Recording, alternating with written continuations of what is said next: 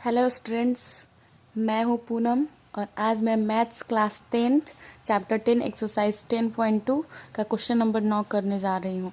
Question सबसे पहले पढ़ते हैं। आकृति 10.13 में एक्स वाई तथा X dash Y dash O केंद्र वाले किसी वृत्त पर दो समानांतर स्पर्श रेखाएं हैं और स्पर्श बिंदु सी पर स्पर्श रेखा ए बी एक्स वाई को ए तथा एक्स डैश वाई डैश को बी पर प्रतिच्छेद करती है। तो हमें सिद्ध करना है कि एंगल ए ओ बी बराबर 90 डिग्री। तो आकृति यहाँ पे दिया हुआ है जो मैंने बना दिया है, आकृति 10.13 यहाँ। तो आकृति दे दिया है, हम सॉल्यूशन करेंगे। सबसे पहले दिया है लेंगे, तो दिया है हमें दिया है मैं एक्स वाई से लेके यहाँ प्रतिच्छेद करती है तक लिख लेंगे। उसके बाद सिद्ध करना है, करेंगे।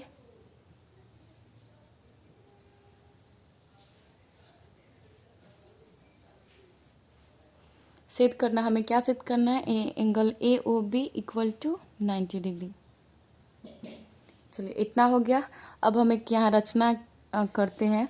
जैसे ये वृत्त की त्रिज्याएं होंगी, ओ से सी को मिला देते हैं। ये हमारी क्या होंगी? वृत्त की त्रिज्याएं। और वृत्त की त्रिज्याएं हमेशा स्पर्श रेखा पे क्या लंब होती है। ये कर दिए। अब आगे क्वेश्चन को हल करते हैं।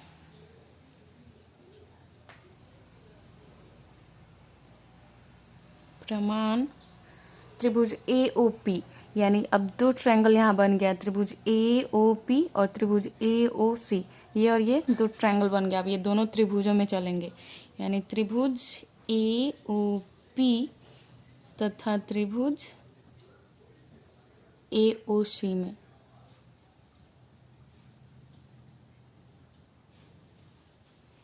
तो इस त्रिभुज को सबसे पहले हम सर्वांगसम करेंगे। सर्वांगसम के लिए हमें कुछ कंडीशन चाहिए, उसे पहले पूरा करते हैं।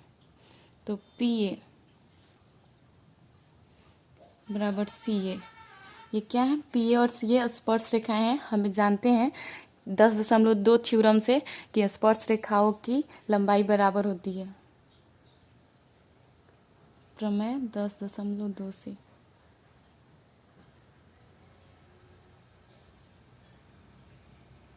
अब एंगल ए पी ओ बराबर एंगल ए सी ओ बराबर क्या दिया हुआ है? 90 डिग्री दिया हुआ है हमारा।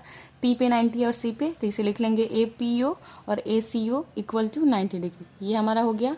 अब ए ओ बराबर सी ओ, यानी ए ओ और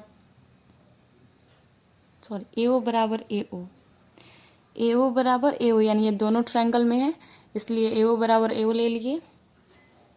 क्या है ये? उभयनिष्ठ। जो दोनों में रहते हैं उसे क्या कहते हैं? उभयनिष्ठ कर्ण हो गया ये, उभयनिष्ठ कर्ण। आगे बढ़ते हैं। तो हमें मिल गया साइड, एंगल साइड। यहाँ हाइपोटेनस है हमारा। तो आर एच एस सर्वांग समता नियम से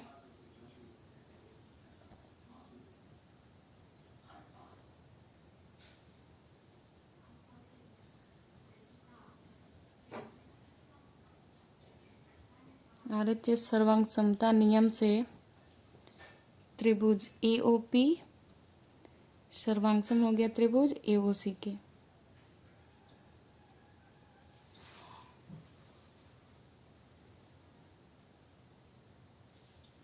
अब आगे बढ़ते हैं। हम जानते हैं कि जब एक त्रिभुज दूसरे त्रिभुज के सर्वांगसम हो जाते हैं तो उसके आपस की जितनी भी संगत भुजाएं या संगत कोण होते हैं सब बराबर होते हैं। तो उसी तरह हम इसमें ले लेंगे। इसलिए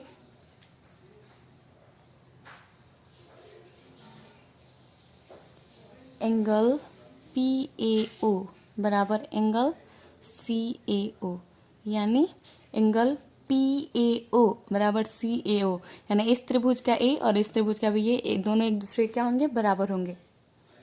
तो एंगल पी ए सी बराबर क्या हो जाएंगे? एंगल टू एंगल सी ए ओ, यानी अगर पी ए सी यानी यहाँ से यहाँ तक पूरा लेंगे तो सिर्फ ये हाफ का ये दुगुना होगा, इसलिए पी ए सी क्या होगा? 2। अगर इसका 2 से गुना करेंगे तो हमें पी ए सी मिलेगा। अब आगे बढ़ते हैं। इसको समीकरण 1 कर लेंगे। इसी प्रकार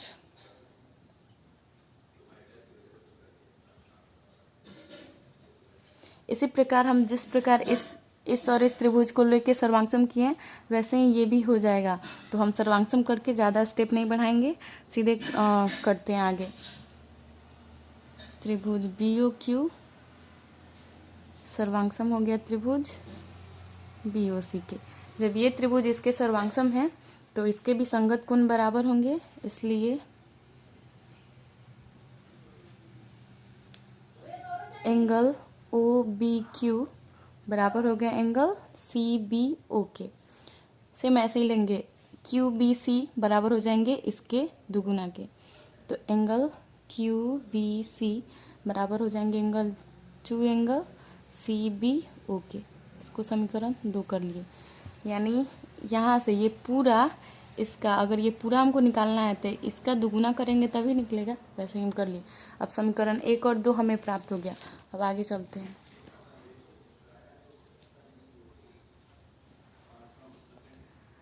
अब एंगल PAC और एंगल QBC ए और बी क्या है? तिर्यक रेखा के एक ही ओर के अंतःकोण है। तो तिर्यक रेखा के एक ही ओर के अंतःकोणों का योग 180 होता है, ये हम पहले पढ़ चुके हैं। अब आगे बढ़ते हैं। Angle PAC plus angle QBC बराबर हो गए 180 डिग्री। इसका कारण भी लिख देंगे क्यों। तिर्यक रेखा के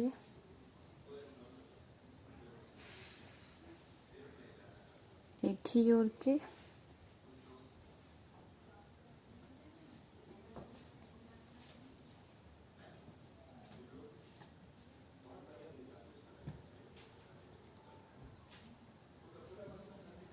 अंतःकोणों का योग हो गया। तो PAC कितना के बराबर है? इतना के। और QBC इतना के। तो हम यहाँ ले लेते हैं 2 angle CAO plus 2 angle CBO बराबर क्या होंगे? 180। इसमें दोनों में क्या कॉमन दिख रहा है? 2, तो निकाल लेंगे। तो angle CAO plus angle CBO बराबर क्या बचा? 180। अब 2 इधर गुना में इधर आके भाग हो जाएगा। तो angle CAO plus angle CBO बराबर क्या हो गया? 180/2।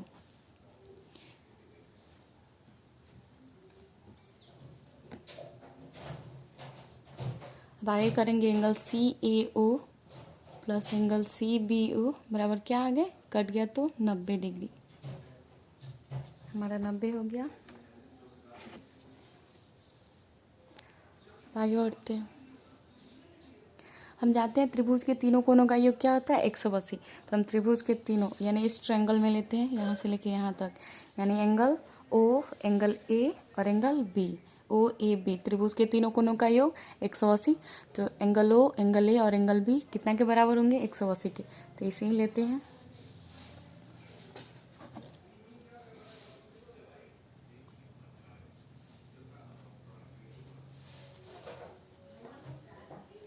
अब angle AOB plus angle CAO plus angle CBO बराबर 180 डिग्री। कारण में त्रिभुज के तीनों कोणों का ये योग। ये हो गया हमारे। तो CAO प्लस CBO कितना है? 90 के बराबर है। तो ये दोनों के बदले हम क्या लिख सकते हैं? 90 लिख सकते हैं।